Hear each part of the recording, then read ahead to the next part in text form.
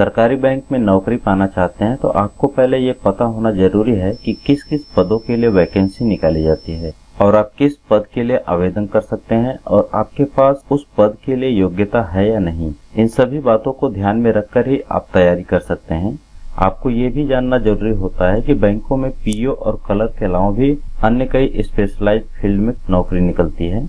और इतना ही काफी नहीं होता है, ये भी पता होना जरूरी होता है कि इसके लिए कौन सा एग्जाम देना पड़ता है और उस एग्जाम की तैयारी कैसे करनी होती है। बैंक दो तरह के होते हैं, एक सरकारी बैंक और एक प्राइवेट बैंक। दोनों बैंक के अलग अलग प्रोसेस होते हैं।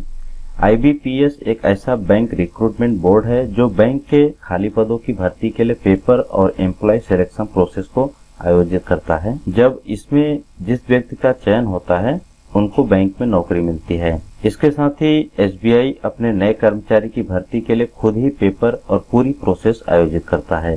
सरकारी बैंकों की संख्या लगभग 20 बैंक है जो सरकार के अंडर में आता है। इनमें Allahabad bank, Andhra bank, bank of Baroda, bank of India, bank of Maharashtra, Canara bank, central bank of India, corporation bank, Dena bank, IDBI bank, Indian bank, Indian overseas bank, oriental bank of commerce, Punjab national bank, state bank of India, syndicate bank, UCO bank, union bank of India, Vijaya bank जैसे bank हैं जो सरकार के अधीन होते हैं।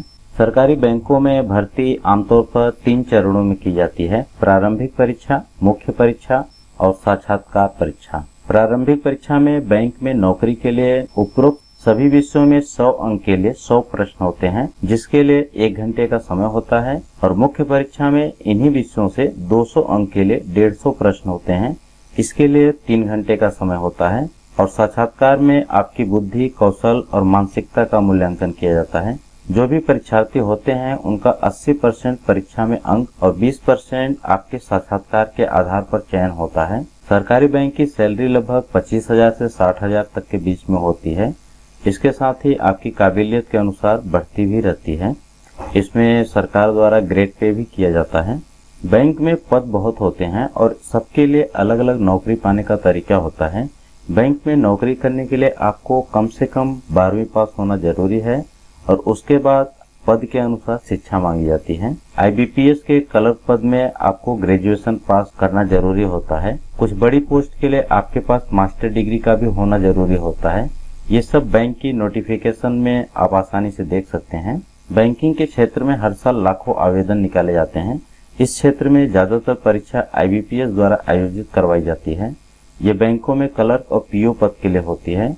तो 12वीं पास उम्मीदवार के लिए ज्यादातर नौकरी क्लर्क पद के लिए ही निकाली जाती है और दूसरी भी कई नौकरी होती है। लेकिन यदि आपके पास कंप्यूटर की जानकारी या डिप्लोमा है तो डेटा ऑपरेटर और सहायक स्तर के लिए भी आप अप्लाई कर सकते हैं। किसी भी मान्यता प्राप्त संस्था द्वारा स्नातक करने के बाद बैंकिंग क्षेत्र में नौकरी के लिए आवेदन कर सकते हैं आप।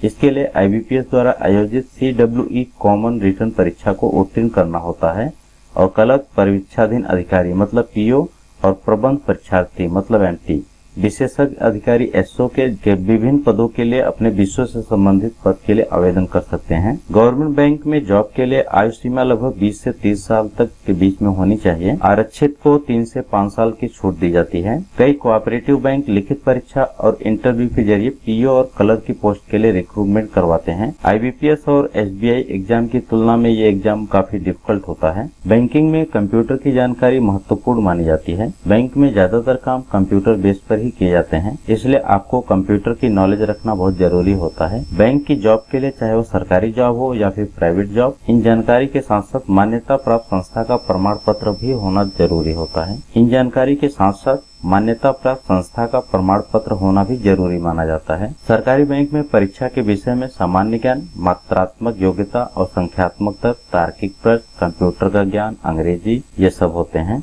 तो इस तरह से आप सरकारी बैंक में नौकरी पा सकते हैं।